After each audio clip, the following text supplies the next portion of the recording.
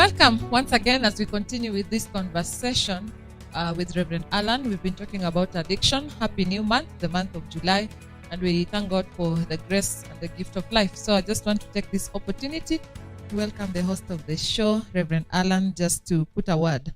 Karibu. Asante sana. I want to welcome all of us into this program.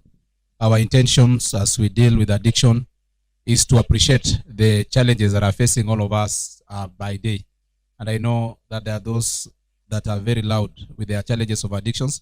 There are those that are hiding, but I know that addiction is a real issue in our society. Therefore, I want you to journey with us, and that's why today I would really love us to go even deeper as we are dealing with it. Thank you. Okay, thank you. Rev Allan has given us issues to do with addiction, and today our focus is on drug addiction. I just want to take this opportunity to acknowledge the presence of Janet Surum Kiplagat, our counselor psychologist from University of Kabianga. It's always a pleasure to have you on the show. Karibu, Janet. Then there is a guest. We have a special guest today, Mr. William Rotich, of whom I'll give him an opportunity to introduce himself very well. Welcome, Mr. William Rotich. Thank you. So, good morning. I'm William Rotich, counseling psychology. Counselor in counseling psychology, and specialize in clinical addiction, treatment, option rehabilitation. Yeah, I'm a father of two, married, and I'm a Christian. I love Jesus Christ. Jesus Christ is my Lord and Savior. And I hail from this Kericho County. Yeah, and I'm here to help us share together about addiction, drug addiction, to its effects and and interventions going forward. I'm also Ambassador Nakada, in charge of public education, public awareness, and specifically to I do consultancy service, real life consultant, and I get cases on outpatient program, and other cases I do refer to inpatient programs.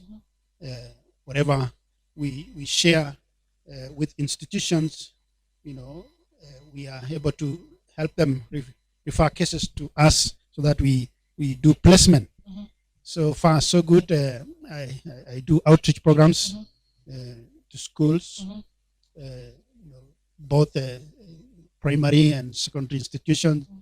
We have also churches, which is actually, the main, the key, entry point to community. Yes. Because as we say, the church is the community, and the community is the church.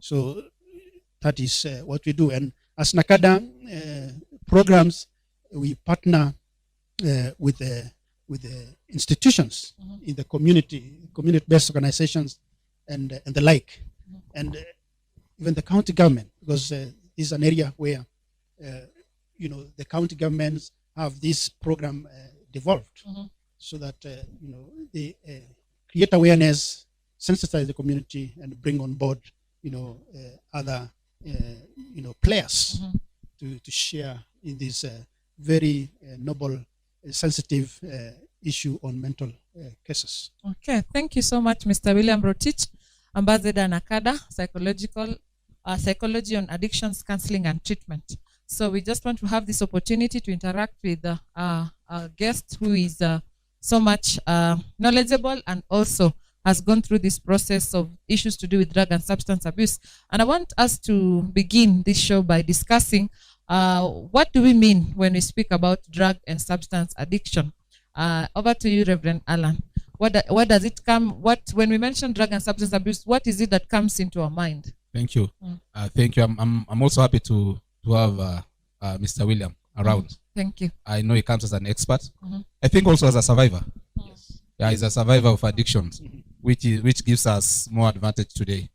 And when we speak about drug and substance addiction, I would want to give it a very layman understanding as one being hooked to a certain substance like alcohol, like a certain drug, like bang, like cocaine, someone is hooked to that substance, alcoholic, a drunkenness of some kind.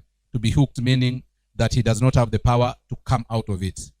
Even if he wants to come out of it, he does not have he has lost his power to that substance. The substance is the one that controls the person. Janet, just before I engage Mr. William Rotich, from your counseling point of view, when the word drug and substance addiction is mentioned, what are your thoughts?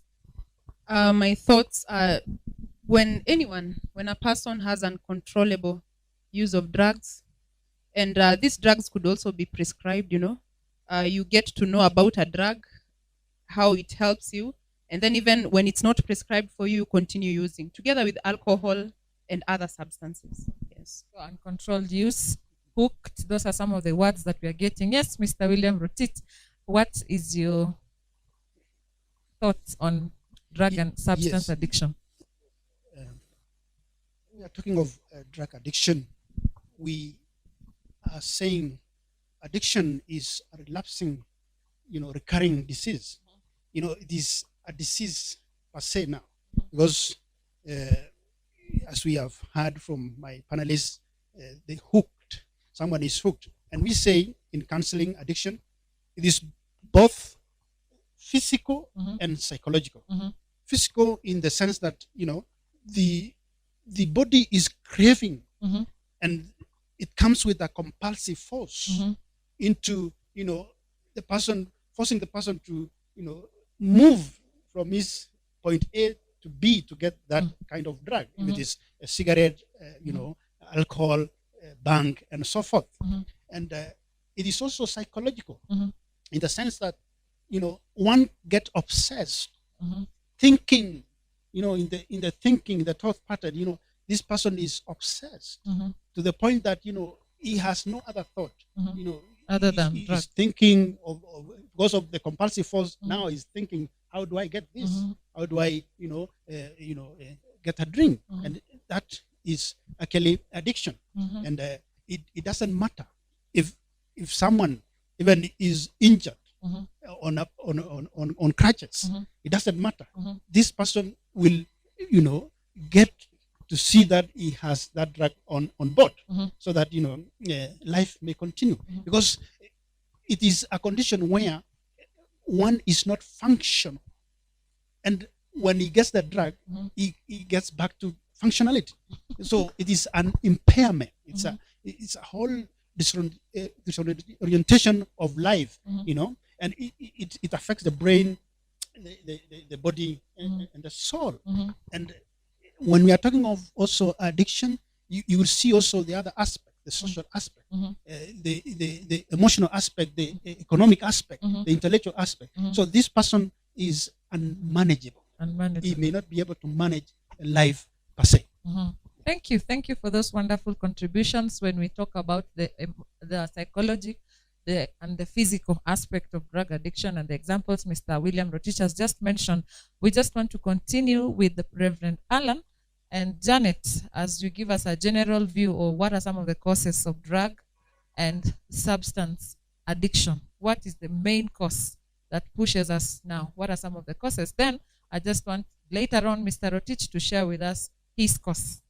Thank you. Okay, thank you for that question, and also thank you for that explanation. They say until you are in it, that's the time that you know it better.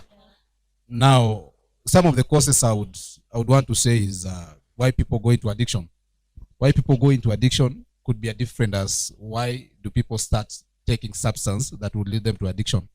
I would say people go into addiction after they keep on using the substance every time, repeatedly.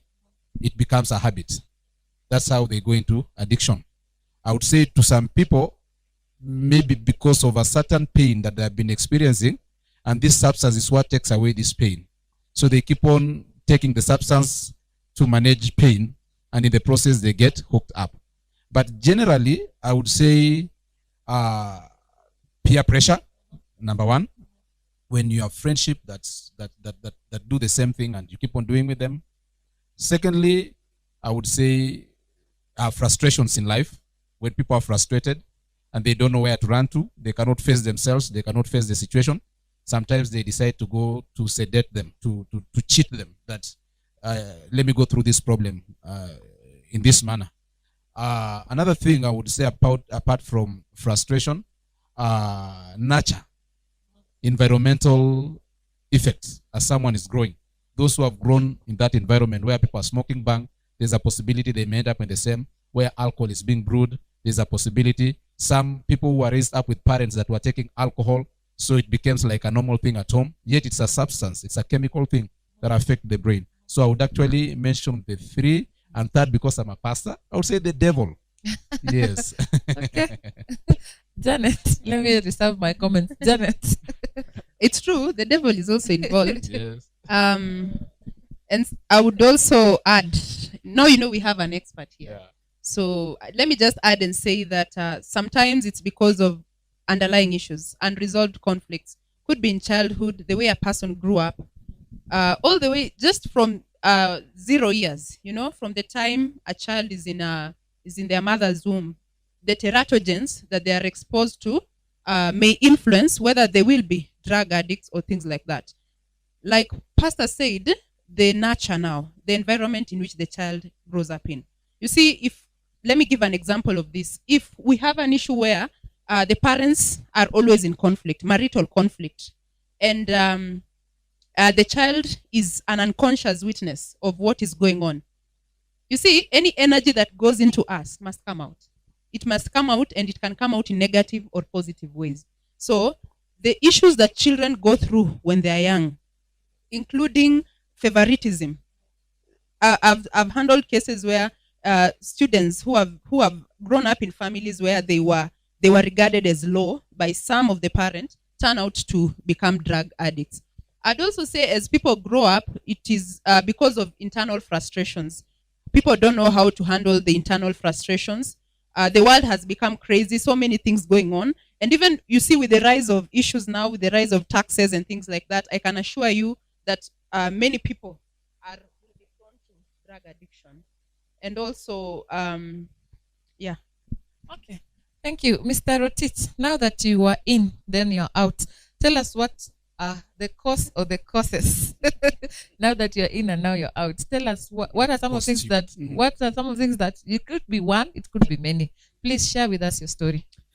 Thank you. This is very interesting because as a recovering alcoholic, I don't know how, because I just found myself, but I think in the first case, peer pressure, this kind of social, setup, at home, back at home, there was this,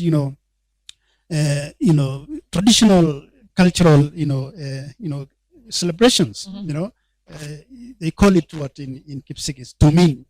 Yeah, those cultural, activities, for circumcision and all that, and, the families could brew, busa, and all that. So we were given A local brew. a test. We share with them. We used to share together. The first time I tested alcohol yes. was in Tumin. Yeah, yeah, and it is a social. It was as a social, of course, as it's a social event. Everyone is allowed to get involved, whether you are young or old. So, bound. So I got into that. Alcohol and even smoking. Cigarettes and all that. So it becomes a build up. Into a habit every December. End of year. Celebration. We used to move from house to house, and that is how I got to test and and have that test and being able also to plan for that that longing drink for at the end December. of the year, because it was soothing, it was it was nice, yeah. And people will tell you it is good. It's good when you have 1, 2, 3, yeah. But we call it one for the road. yeah, one for the road. Yes. But it is a nightmare, having suffered for 23 years. Wow. Yeah, and it all started with peer pressure, and it's to do about also curiosity. Trying to discover what goes into these dynamics of stuff. So peer pressure, and you are being introduced by older guys, because they are able to access, and they are allowed to do this kind of drugs. So it went on, and most of the times, you are surrounded by this group, and if you want to belong to this group, you need to you need to be like them. You need to have also a drink. Yeah, you need to support this charmer, to be able to given that title also, that where unafaa sasa, umehitimu. Yeah. Okay. Yes. Tell us more. What was your routine like? Yeah, basically, this was early years. Now, I'm talking of early, years in my life. Primary school. How old? Yeah, it's like standard 5. Standard 5. I can't recall how many years. Around 13. Around 12. Around 12 thereabout. So basically, that is how we started. And and there is also the issue. The medics will tell you when alcohol or any drug is introduced to a young brain growing, because we are told the brain matures at 25 years, but now this is a young brain growing, so it really captures, and it impairs, and it focuses. It has some focusing effect. So I was focused without knowing that this thing will come into a problem. So basically, this drug became a routine. Even when we are in school, we used to smoke Kraiko, ile tobacco ya, we start now, looking for that. Ile ya kuroll na gazeti, you see? Roll na gazeti, tunaenda lunch hour, tunapata break ya to do that. At what class now? This is standard 6. Yeah, standard 6. Yeah, and it went on after now my KCP 844. I joined high school, 1986, and it became now, because you are meeting now guys from different, places, and this is where even I was introduced a bank. Yeah, but you're saying, wacha sigara bwana, hii ndio inafanya, and being in a football club. In a football club, that is where it really, gave a lot of emphasis, because now cheza boli bwana kama haujajipatia energizer, so it was an energizer. It was not a drug. Little did I know that this thing will become a problem, and it went on, and smoking and the brain, drinking and the brain, and it affected my learning, my performance. It affected even so your much. discipline. Oh yeah, even this. Were you issues. suspended? I think twice or once, because of kuruka fence. Yeah. Looking for the Yeah. Sometimes we are out on the weekend, and we are boarders, and we get in the village, and it goes overboard, and you come in school sneaking in, and you are caught up, and you deny, you say I was in school, you found me, cheat and lie, and you back it on it and say hakuna kitu utanifanyia, mimi nilikuwa shule. So it affected so much education, behavior, faith also. It affected my faith. So talking of 4 years in high school, it really affected so much. So now you're out on the world, in the world, now you didn't perform well, you're not joining university, but I was able to join a college to do mechanical agricultural engineering. And I think even that course did not go well with me, because I really found now monsters of drugs in college. That is the year 91, 1991. And I was not able even to settle. I was in that course for 6 months, and I left it. Then I came out, and I did my things. Following, plowing with the truck, using tractors, following these machineries, and life became worse. For like in the year 1994, I was really, totally disoriented in my life. I had lost literally even my health. My health has deteriorated. I had lost reputation. I'd lost, that, social status even in my life, because now I was doing day in day out, and we were even translating, so talk of 7 years down the line, I didn't see the light of the day. I didn't see when the sun was rising and setting, because I was in drugs. So 1994, I was able to sit myself and ask myself, where am I headed to? My life, has no meaning. And I was able to contemplate alone for 2 weeks, and I quit. I really stopped for 7 years down the line. But come the year 2001, I relapsed when I was doing my counseling psychology now. The year 2009. In those 2 years, I was able now, like, I used to drink. Let me test. And then I used to taskers and listeners and all that. And Pills has this so refreshing, because now it's high class. And Pills has this advert. You see. And now being a professional, and I'm surrounded by counselors, psychologists, I'm at that level. So I could I could do. I reminded myself I used to drink. Can I now pick a task or so? But 7 years down the line, I was drinking changa in Majengo. Yeah, Majengo in Kericho. I was drinking changa, Bhang, and all this. So from the bottle. Yeah, and in fact, it was worse. 2007, 2008, after the election, 2007, 2008, I had broken walls. My relationship, family life, was chaotic. Even it went into separation for 1 year, and so you see. And I was dying even, but I didn't die. And literally, I was even drinking to die, because I had lost everything. I had sold even, my household. I had sold my, shoes, everything. I had no shoes. In fact, I had no shoes. I had torn shoes. So I could not even come to this town. Like an honored son of someone. And I had lost it literally. So. Nilikuwa nimejawa na upweke, loneliness, and I was suicidal now.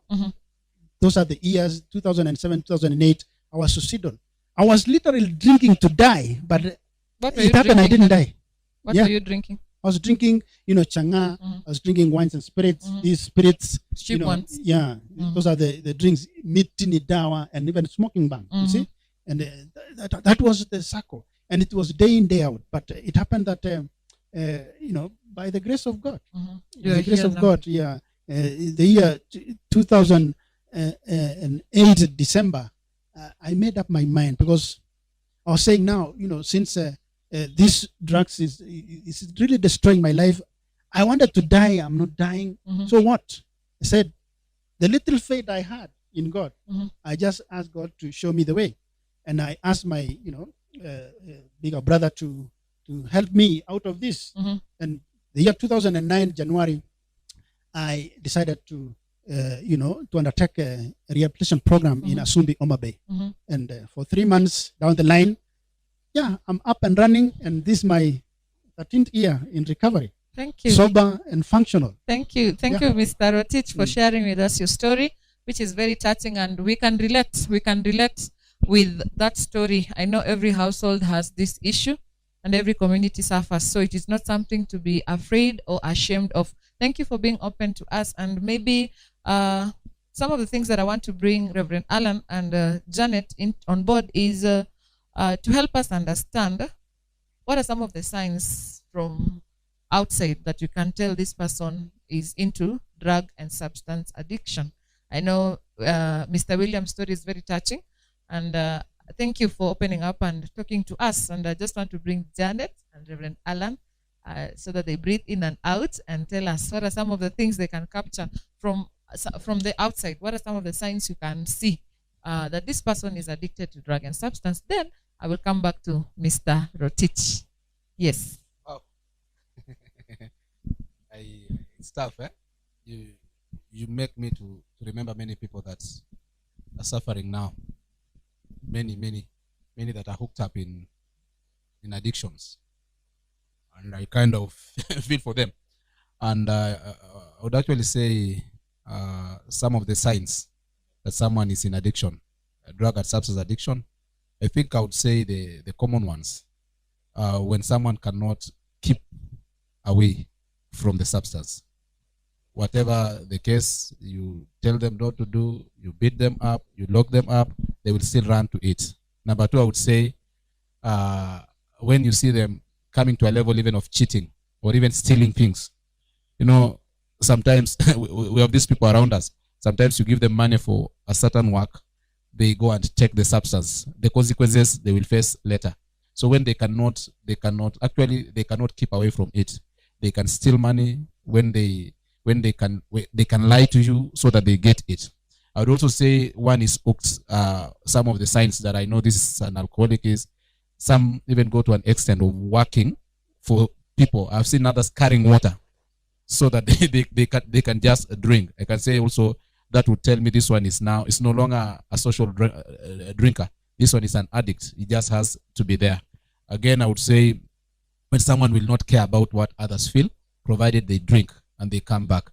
So it's I think that's what would help me to understand that this person is an addiction. It's not a normal drinking. Thank you. Janet, what are some of the causes you can pinpoint? I would say most of the people who find themselves in this kind of addiction, first you will notice there's some neglect. As they go deeper into drugs, they neglect themselves. You find a person who used to dress so well, so apt, someone who used to take care of themselves, all of a sudden, and I think this message is even to parents, yeah, to see the kind of behavioral changes in their children. Mm-hmm. So you find unkempt, the person becomes unkempt, they become shabby, they don't care about, if it is a student, they no longer care about school. Mm-hmm.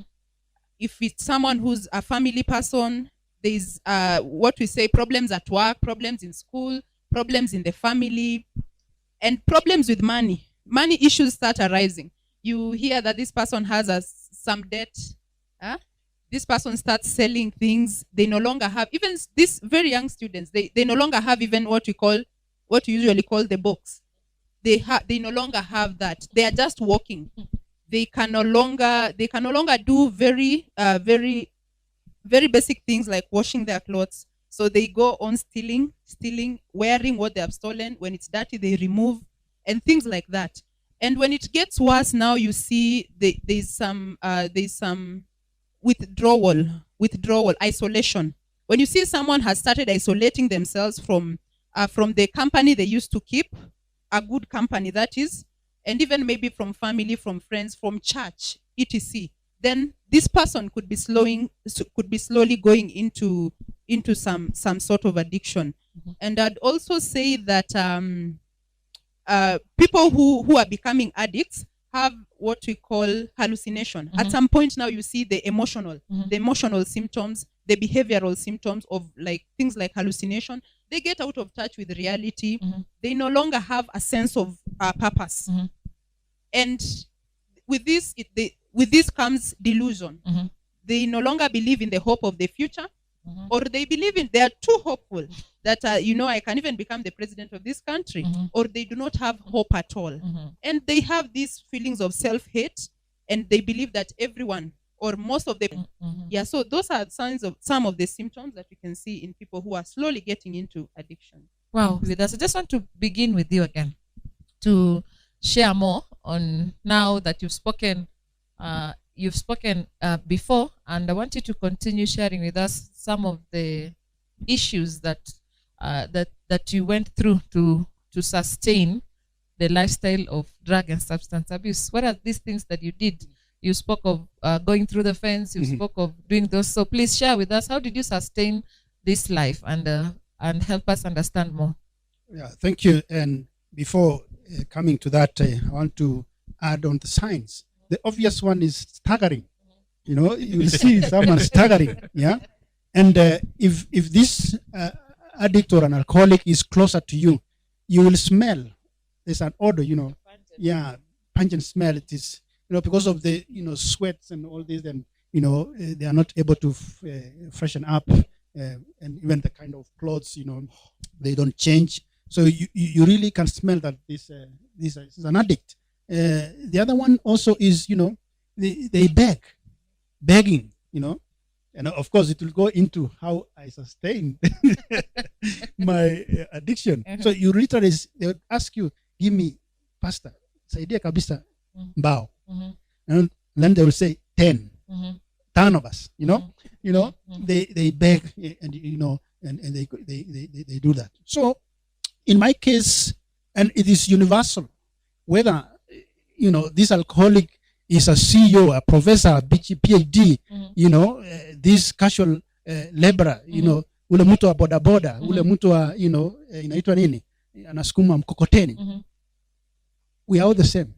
As active addicts, we are on the same level. So what really sustained my addiction, because you really you go into very kind of simple life, so to speak, by lying. Number one is lying. You lie, you manipulate, you cause some scenarios so that you are given, maybe you are funded by your wife, or someone who knows you. You lie like mtoto yangu ni mgonjwa, and even you don't know, the child woke up this morning and is in school, healthy, sound, and kicking, and someone is lying, give me 1,000 nilipe school fees. The other thing is, they wanasema ng'ombe yangu ni mgonjwa bana, nataka kununua dawa, I want to buy this kind of medicine for my cow. But this cheating and lying, to sustain, and manipulating, giving some false information so that someone pities, pities. And then I would say also self-pity, is one of it, because someone who has that condition will be able to negotiate, to someone, even one you have never met in life, but you are able to negotiate until this person will pity you, in one way or the other. So these are the ways of doing it. Then lying, stealing. Yeah, I used to steal. What did you steal? I stole my own closet. I stole money from yourself. Yes. I stole even money from my wife's purse. Yeah, it is given. It is given. And it is happening. It is not something it is coming out today. It is alive. Tell us how you stole from your past, the past of your wife. Basically, I was waiting for this partner of mine, and the bathroom. So na pengine nilikuwa sitting room nasoma gazeti. I'm a very good man, but timing this person to give way, and either to go to the kitchen, or to the shamba, and then you get into the past, and when they realize later that my money is gone, is nowhere, they will come back and say, ulichukua ile pesa. You become angry and you fight this this lady for nothing. Sema wewe unasema mimi ni mwizi. Yeah, and vitu zingine zinafuata, fighting. Yes. And trying to show that how do you put me in that level? Yeah, but really you in that level. Stealing is there, and then my colleague had talked about the debts. Borrowing. You borrow until borrowing becomes a facility itself. To facilitate even kwenda deni kuomba beer, pombe, kwa deni. You would go to those level, and life went on, but it has never given satisfaction at all, because there's still these aspects of an alcoholic. The life of an alcoholic. There's a way we mask ourselves, so that you are not seeing the real me, and you will pity me, and you can serve me what I want at the end of the day. Yes. So you have this phase whereby people, when they look at you, they have compassion towards you. Oh yes. Manipulation. Yeah. Manipulation. Yeah. Because at the heart of the alcoholic, he really is living a life which even himself or herself would not like to live that life, because it's a tormenting kind of life. So they are just putting face, just for the sake of, because the craving and the obsession, you feel like you're a slave. Yeah, it's a life of in slavery. them. Yeah. Interesting. Yes, maybe Reverend. You've said the life of an alcoholic himself. Maybe just in a few seconds, how does an alcoholic feel personally? Oh my goodness, my God. An alcoholic feels like, separated from the real life, I don't know how to explain this, because, any alcoholic in a life to addiction feel a lot of, loneliness, is lonely, is bitter, is someone disoriented, I would say, you feel disoriented, you feel out of place, but it's like, this addiction helps camouflage, and those kind of, issues, the pain, they have, there's a lot of pain. There's a lot of pain in their life. And also guilt. I think the issue of isolation and loneliness comes because the character you exhibit, people begin to disown you, people begin to reject you, people begin to abandon you, people stigma, and also you've done a lot of things that are not wanting. Maybe if you're a son, you've taken some property, or you've stolen something, so they tell you, we don't want to see you here again. So you're rejected, you're abandoned. Yes. So in that process, the feelings that you're processing are the ones that you're speaking about. Yes. Yeah. So it is a situation of hurting situation. Torments. It's a hurting, kind of life. No one would like to live in such kind of life, because this is why when they come for counseling and they are given an opportunity to share, without any judgment, they pour all those pains and all those painful deposits they have in their life, and they recover. Thank you. Thank you for sharing with us your life. I just want us to continue discussing. It's this is a real life story, and we always see, and I said at the beginning or in the conversation, that we always have these people around us, be it in our homes, be it in our workplaces, be it in the church, and people are hurting. The humanity is hurting. And I just want you to discuss with us, together with Rev Allan and Janet, you will tell us the other side of the story, some of the effects you caused. Now, to the people who are not alcoholic, the people who are not taking, maybe your wife, your children, maybe part of your family members, and maybe Pastor Allan and Janet will help us understand some of the effects of drug and substance abuse, as Mr. Rotich will tell us his own, and now the effects towards others. Thank you. Yes. You see, I'm a student also, and I thank God. Sometimes we concentrate so much on what the alcoholics have done to others, and we forget what is happening Inside with them. Yeah. Thank you for that enlightenment. I would say some of the effects that they do. One is they destroy social structures, like family.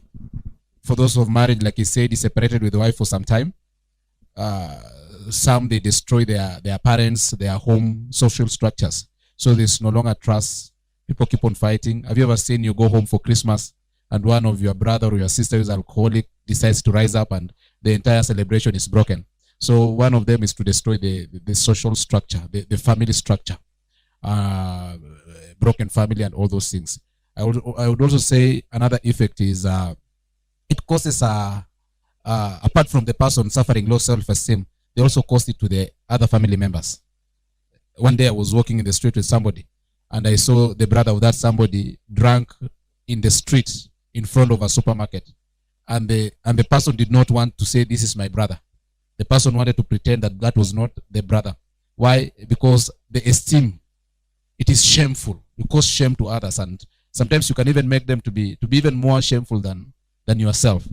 I would also say financial problem. It causes a lot of financial problem, because for one, you become financially unable as an addict. Another thing, you eat on the finances of the family or other people around you. Sometimes even you can lose job. Sometimes you can lose your business as a result of that. That's another effect. Another thing is you cause people around you to live in fear.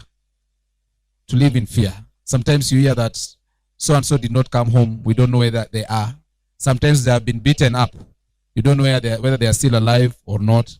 Sometimes somebody has been swept by the river. You don't know whether they are among them. Your people keep on living in fear and anxiety. You cause anxiety to everybody. And if the family is not careful, you will become the business of the family. You will become the occupation of everybody. It's just about you.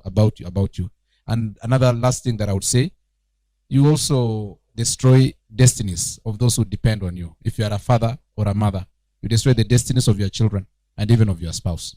Thank you. Janet? Yeah, that is well put, Pastor. I would add and say, on the other side now, it leads to mental health issues. Leads to issues like schizophrenia. It leads to depression. And eventually, when people don't understand that this is a disease, it leads to suicide. So I think people need also to understand that it's a disease that needs to be treated like any other disease. Yeah. Thank you. Now, Mr. Rotich, tell us the effects internally and externally. Yeah. Addiction, has adverse effects to human life, and especially in my case,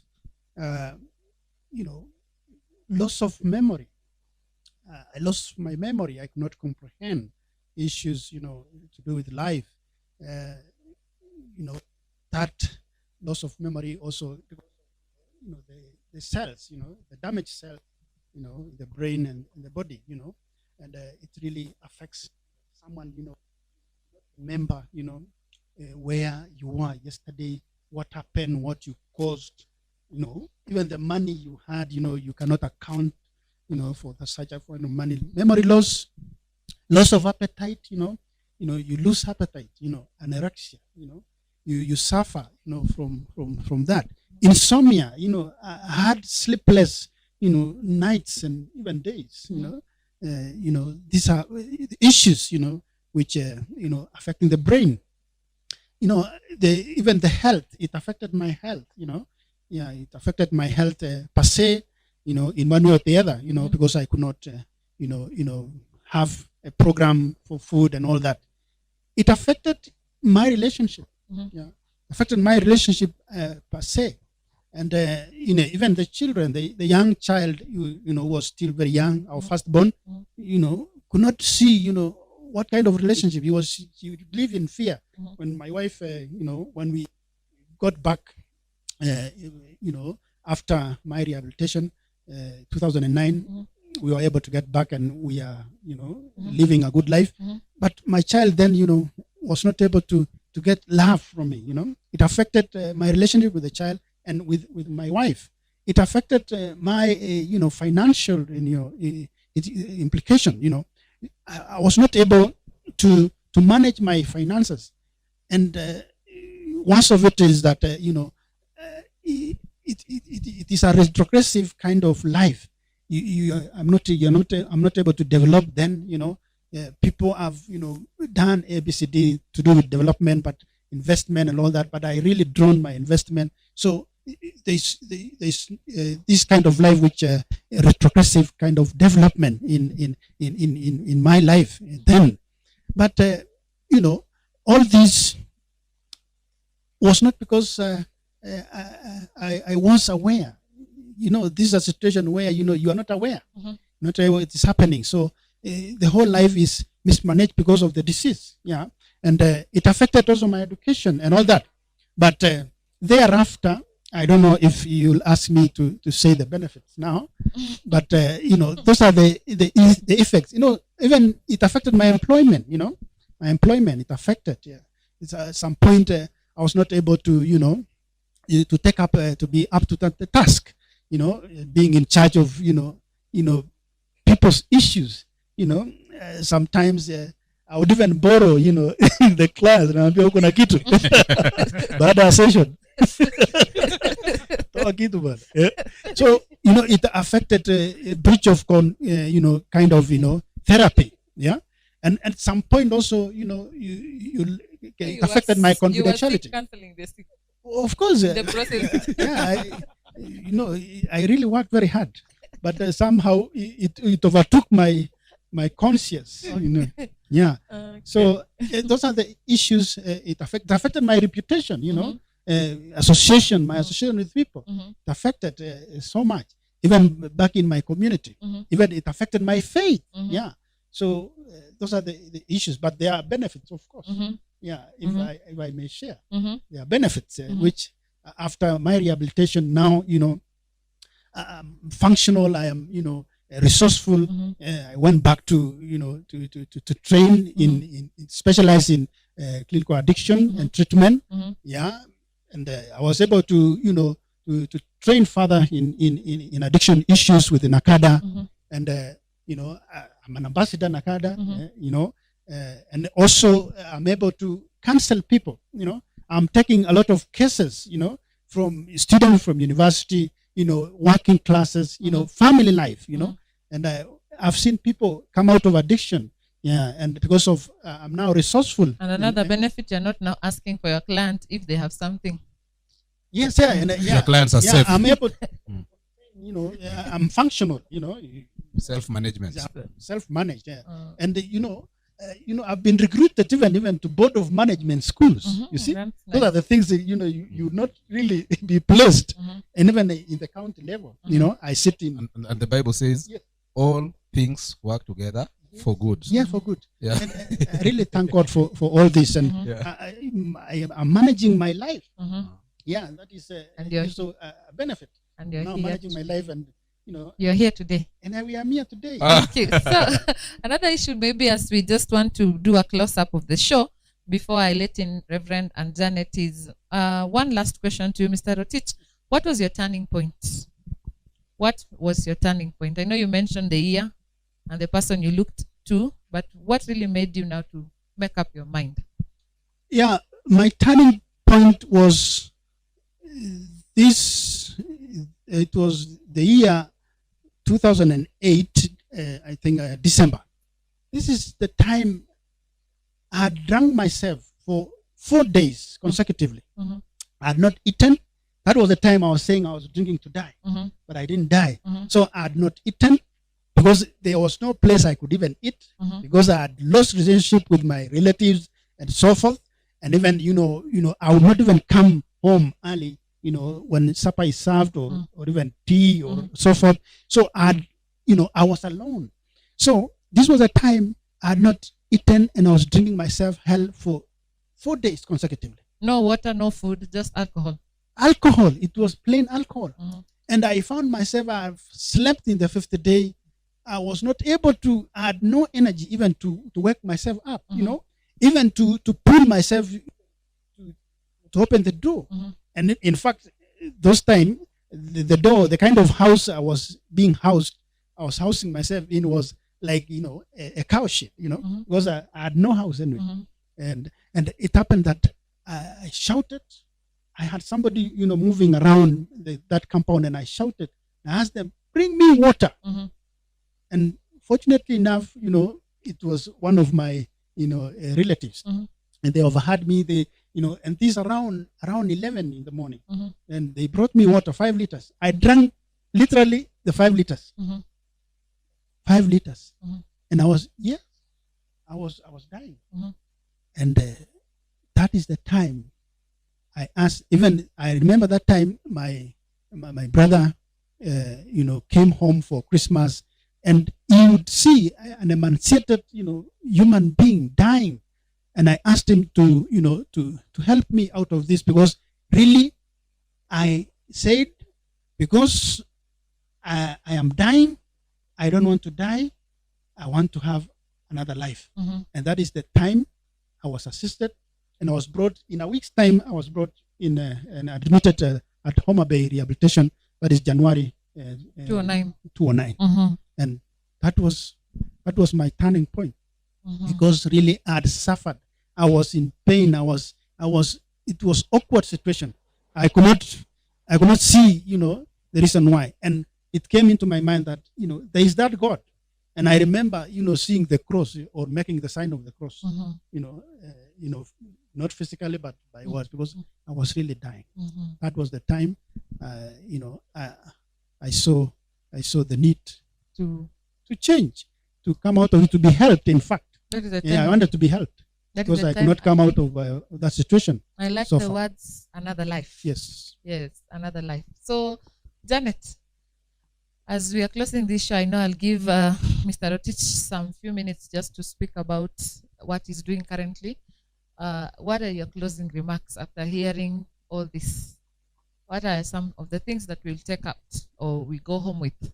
I think I would say that as a society, we need now to understand this addiction, drug addiction, at another level, that it's a disease. So if you have people around you who are addicted, you have to see them as patients. And number two, to any person who's trying to come out of addiction, healing and the journey to resurrect comes from you. Ultimately, you are the one who will help yourself. It's a decision that you make. Of course, after so much, you are the one who will eventually get off that chair. Thank you, Reverend Allan. Wow. I would say for number one, those people who are addicted, to some level they are not responsible of what they are doing. And therefore, we should not every time tell them it's up to you to make decisions because they are no longer responsible. They have lost it. They are being driven by a substance that does not have brains. So they are using the brains of alcohol or the brains of that drug. So they are not responsible. They can kill, they can rape, they can do bestiality, all those funny things that we hear drunkards are doing because they are not responsible. So I would say actually those who love them must try to take responsibility over them. They respect their right, but we try to take responsibility over them. Number two, I would also say, as you are on the gates of getting into addiction, hear what my friend is saying here and begin to do a reverse as before it gets to that level. Seek for help. There is always help. Even if you are in alcoholism, whatever level, there's always some help somewhere. And then let us keep on praying for them. Let us keep on praying for them so that God can also help them, because God is our present help in times of need. For the families that are suffering of the same, keep on praying, keep on trusting. Something good will happen. Thank you. So, Mr. Rotich, I just want to give you an opportunity to tell us where people can find you and maybe share your contacts, because I know many people out there would really want to help a brother, help a husband, help a sister, help a son or a daughter or a colleague. So I'll give you this opportunity, just as you've said, you do therapy, family therapy, and those activities. I just want to give you 1 minute or so to give yourself officially how people can contact you and how people can reach and find help. Yeah.